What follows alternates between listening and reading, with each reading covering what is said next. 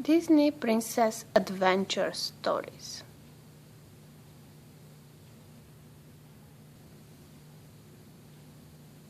The Little Mermaid. The Quest for the Purple Pearl.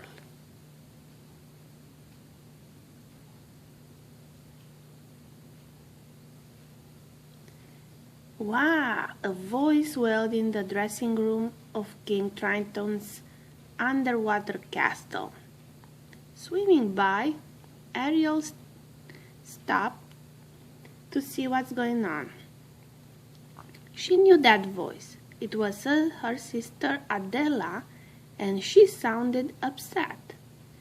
Ariel swam closer and peeked into the room. Adela wasn't alone. Aquata, another sister, was with her. "You can't let anyone see you. You have a bad case of the bubbles," Aquata was saying to Adela. "It's from eating too much sugared seaweed." "The bubbles?" Adela asked. She turned and Ariel gasped.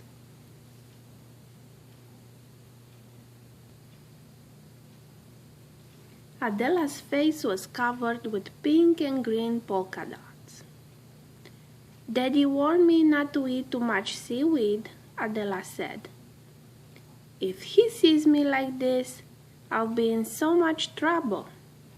She hiccuped and pink and green bubbles floated up. Aquata frowned. "Bubbles are serious. There is a cure, but it's almost impossible to find. Pearl lotion made from a purple pearl. They grow inside triple-banded sea oysters." Adela whimpered. "Don't those oysters eat merfolk?" "Sometimes," Aquata admitted. Ariel bit her lip. Poor Adela. She needed help.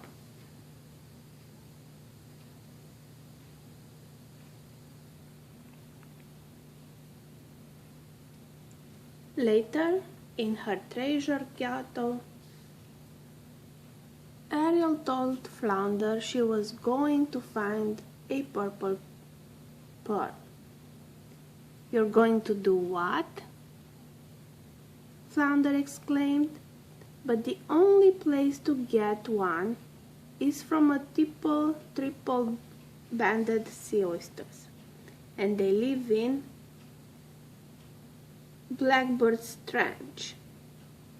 That means you'll have to cross the barbed sea kelp forest." Ariel shrugged. "Adela needs help.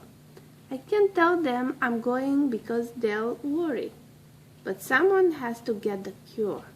Besides, I've been in kelp forest before." "Not like this one," Flounder said. "This kelp is huge." He spun in a circle. "There's a riptide. Each stand of sea kelp is covered in thorns, and the spaces in between them are tiny." "Don't be such a guppy," Ariel said. She swung her collecting sack over her shoulder. "Are you coming?"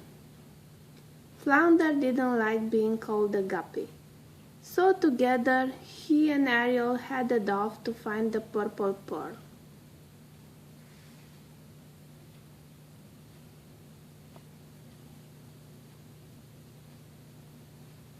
The ocean path leading to the kelp forest was dark and very quiet. Even though Ariel had told Flounder not to be afraid, she started to get cold fins herself as they swam along. Up ahead was the barbed sea kelp forest. Ariel gulped. Everything Flounder had said was true. A wild Riptide raced through the kelp. The spaces between the strands were barely wide enough for a small mermaid like her to fit through. But the worst part was the thorns. Each one was 6 inches long.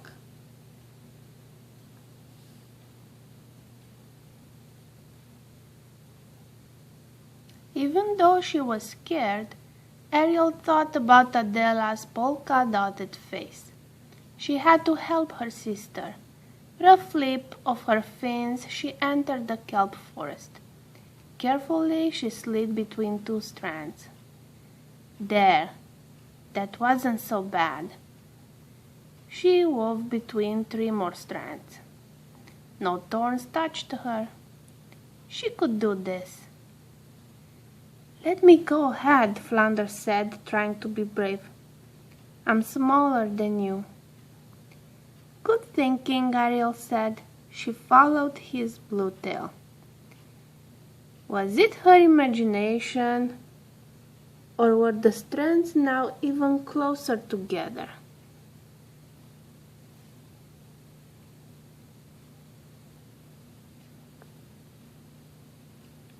Ariel and Flounder called each other. Ariel swam after him. A thorn scratched her arm. Flounder zipped through another gap, but it was too tight for Ariel. "Flounder, I can't get through," she cried. His little face appeared in the gap. "I'll help." He held the kelp aside with his mouth. Better? But there still wasn't enough space. Ariel felt the pull of the riptide behind her. The current was growing stronger.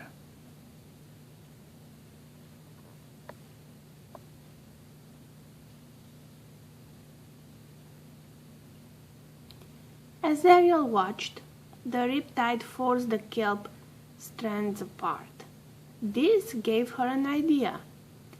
What if she rode the riptide like a dolphin in the surf past the thorns? "Watch out, Flounder," she cried. "I'm coming through." At just the right moment, Ariel launched herself into the rushing water. The current carried her straight through a gap in the kelp. Not a single thorn scratched her. On the other side, Ariel tumbled head over tail before grabbing onto an anchor of a shipwreck to stop herself. She pushed the hair out of her eyes. "That was fun," she cried.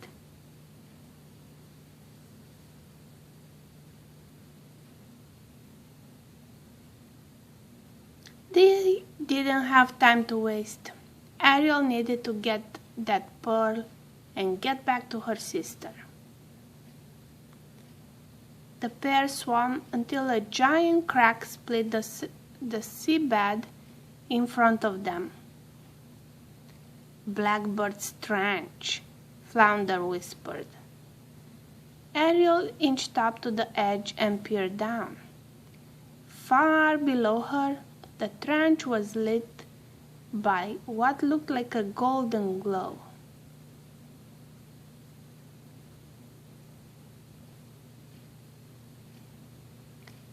"Here goes," Ariel said, taking a deep breath.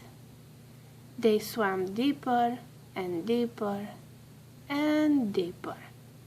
Finally, they reached the very bottom of the Blackbird's Trench.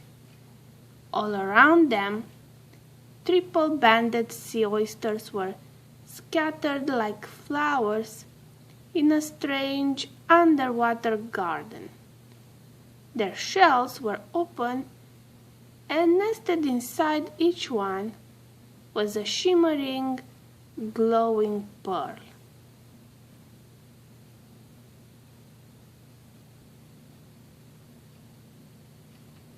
"They don't look very scary, do they, Ariel?" Flounder asked. Ariel shook her head. In fact, the triple-banded sea oysters were some of the prettiest creatures she'd ever seen. It was hard to believe they would ever eat a mermaid. Maybe it's just a myth, Ariel said. I'll just swim in and... No! Flounder grabbed Ariel's tail and pulled her back. We've got to be sure. He took a branch of driftwood in his mouth and tossed it into the closest oyster's shell. Snap! The shell chomped the driftwood in half.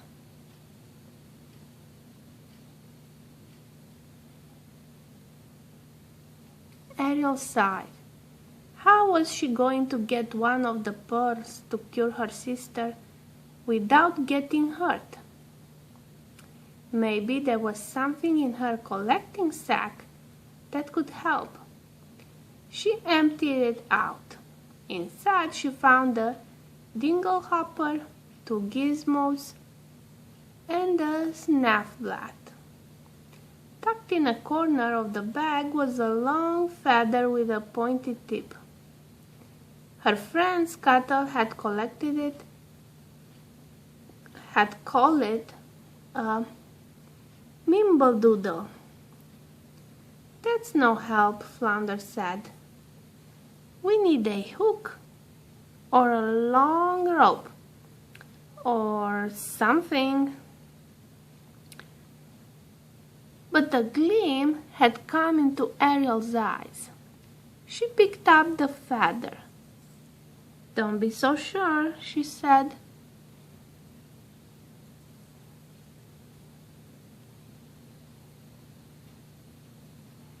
Ariel tied the feather to the end of a stick using some seaweed. She snuck close to one of the oysters. Then she ran the feather gently across its pink inside. She braced herself for the shell to snap shut, but instead the oyster shredded. It shook.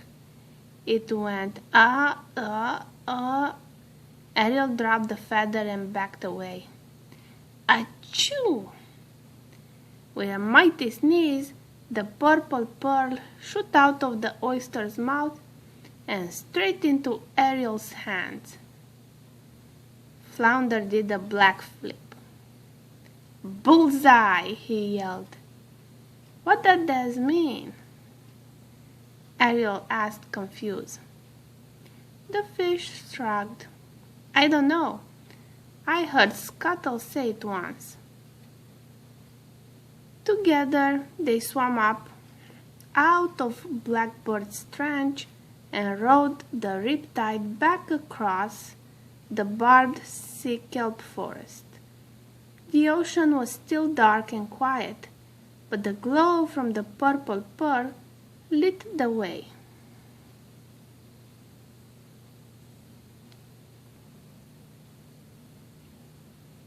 Adela, Adela, I got it, Ariel called as she swam into her mermaid's dressing room. Adela and Aquata were brushing their hair in front of a mirror. Got what, dear? Adela asked. She turned around and Adela's face was completely clear. You're cured, Ariel exclaimed. But how? I overheard you and Aquata talking about how Bubbles... Aquata laughed. Oh, bubbles go away on their own, she said with a wave of her hand. I was just pulling Adela's fin with that story about the purple pearl lotion. You didn't believe it too, did you? Flounder's jaw dropped, but Ariel quickly smiled. Oh, me? Believe that story? Of course not. She hid her glowing collecting bag behind her back and quickly swam out of the room.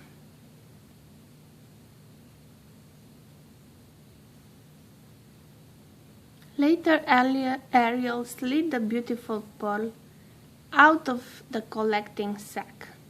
It shimmered brightly. She winked at Flounder. "It would have been a shame to turn it into a lotion anyway," she said. "And I know a much better place for it than a bottle." Flounder grinned. That meant there was going to be a very special addition to Ariel's treasure grotto. The end.